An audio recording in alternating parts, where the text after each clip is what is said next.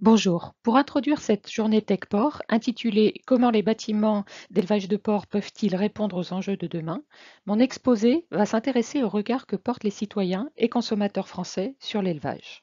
Quelles sont leurs préoccupations et leurs attentes? Je m'appuierai principalement sur les résultats du projet de recherche Accept que j'ai coordonné de 2014 à 2018 et sur la veille exercée depuis sur le sujet.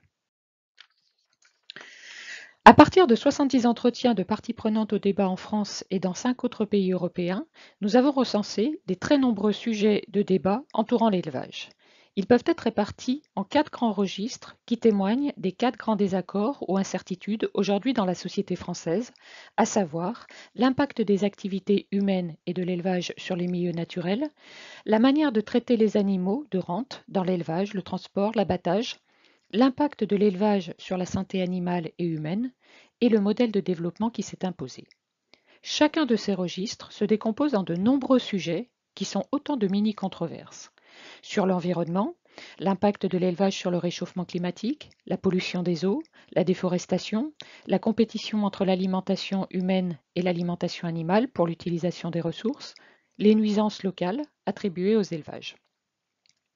Concernant la condition animale, les débats naissent d'abord de l'absence de consensus sur la définition du bien-être animal. Ils portent sur les conditions de vie et de logement des animaux, la réalisation de pratiques douloureuses, et depuis une dizaine d'années maintenant, montent en puissance des questionnements éthiques. Peut-on élever les animaux pour les consommer? Sur le registre sanitaire, les questions portent principalement sur le rôle de l'élevage dans l'antibiorésistance et dans l'apparition d'épizooties et de zoonoses. Sur le registre socio-économique, les critiques portent sur la concentration géographique et structurelle jugée excessive des productions animales. Ces 4 registres sont plus ou moins vifs selon les époques, comme le montre cette frise, avec une place importante prise par la controverse environnementale dans les années 80, puis le bien-être animal dans les années 90, la santé publique dans les années 2000, et depuis la fin des années 2000, une remise en cause globale du modèle d'élevage jugé trop intensif et industriel. L'élevage intensif est au cœur de la controverse entourant l'élevage car il cumule les désaccords éthiques sur la manière dont sont traités l'environnement, les animaux et les hommes dans ces systèmes et des désaccords économiques dans le sens où l'éleveur doit réduire sans cesse ses coûts de production, y compris en rétribuant mal son travail, pour offrir aux consommateurs des produits animaux au prix le plus bas. Les qualificatifs intensifs et industriels sont très souvent utilisés par les associations et le grand public pour décrire les modes d'élevage qu'ils réprouvent. Intensif renvoie à une stratégie d'élevage sans forcément de lien avec la taille qui vise à optimiser l'utilisation d'intrants et à maximiser la productivité de tous les facteurs de production, animaux, bâtiments, aliments, travail. Industriel renvoie à un procédé de fabrication qui induit une transformation du métier d'éleveur dans lequel les exploitations, les sites, les tâches sont spécialisées et automatisées pour produire à plus grande échelle.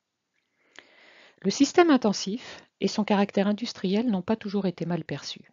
Au sortir de la Seconde Guerre mondiale, des incitations à l'intensification ont permis d'assurer la sécurité alimentaire du pays et l'industrialisation était à l'époque synonyme de progrès et de modernité et en définitive d'amélioration des conditions de vie de la population.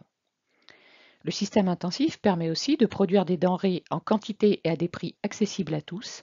Il est moins exposé aux aléas climatiques, voire aux risques sanitaires.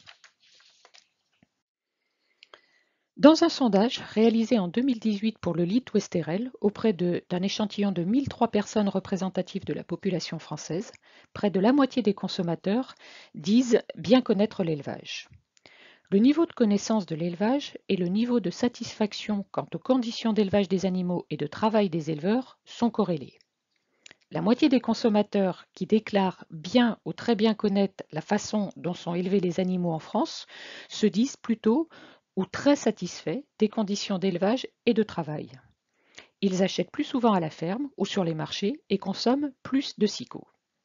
Lorsqu'ils achètent des produits animaux, ils sont plus attentifs aux conditions d'élevage, de travail et de rémunération des éleveurs. L'autre moitié des consommateurs dit mal ou très mal connaître la façon dont sont élevés les animaux. Lors de leurs achats, ils sont surtout attentifs au prix et peu ou pas aux conditions d'élevage. Ils achètent peu de produits sous signe officiel de qualité.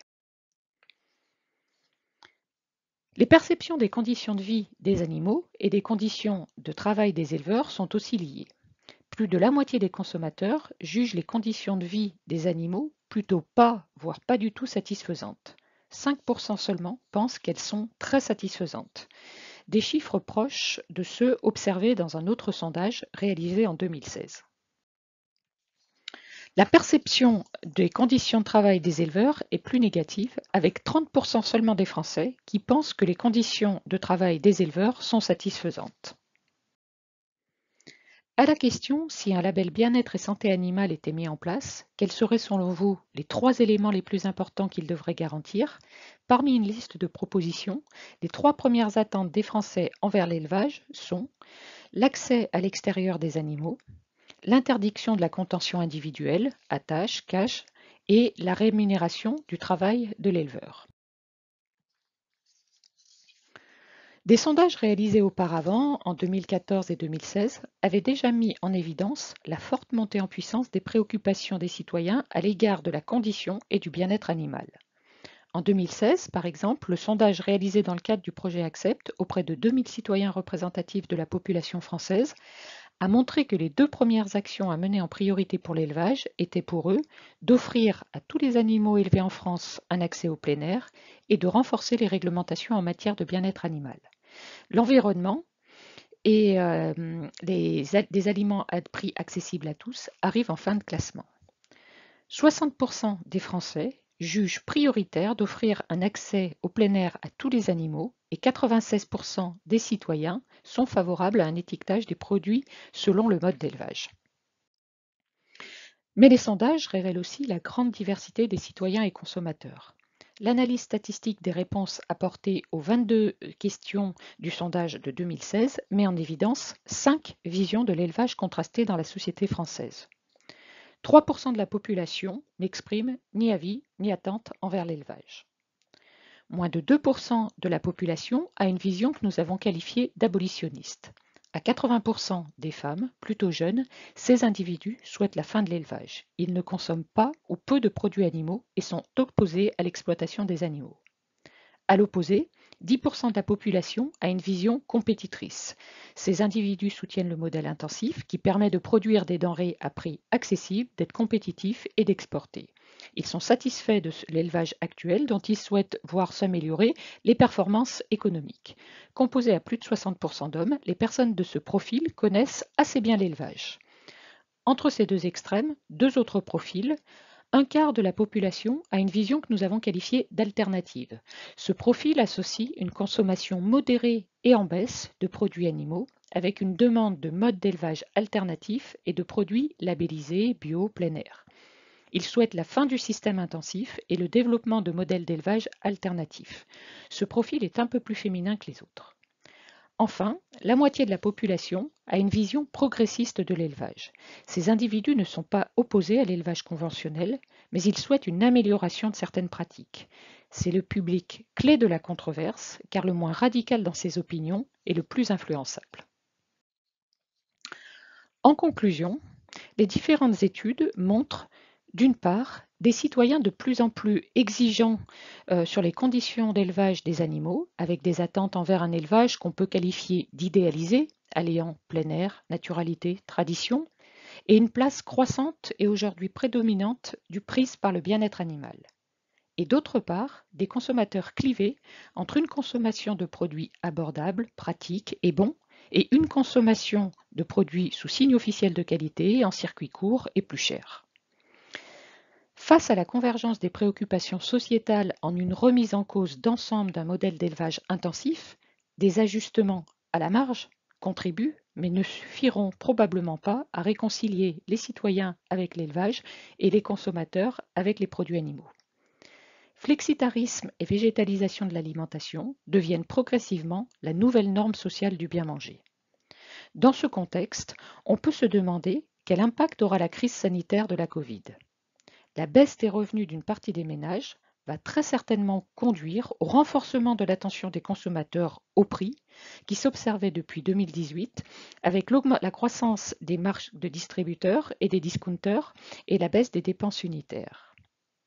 Le renforcement de l'intermédiation digitale et des services associés aux produits, e-commerce, livraison, à emporter, plats préparés, risquent d'accélérer la tendance vers une consommation duale des produits du porc entre consommateurs réguliers paupérisés et consommateurs occasionnels à plus fort pouvoir d'achat.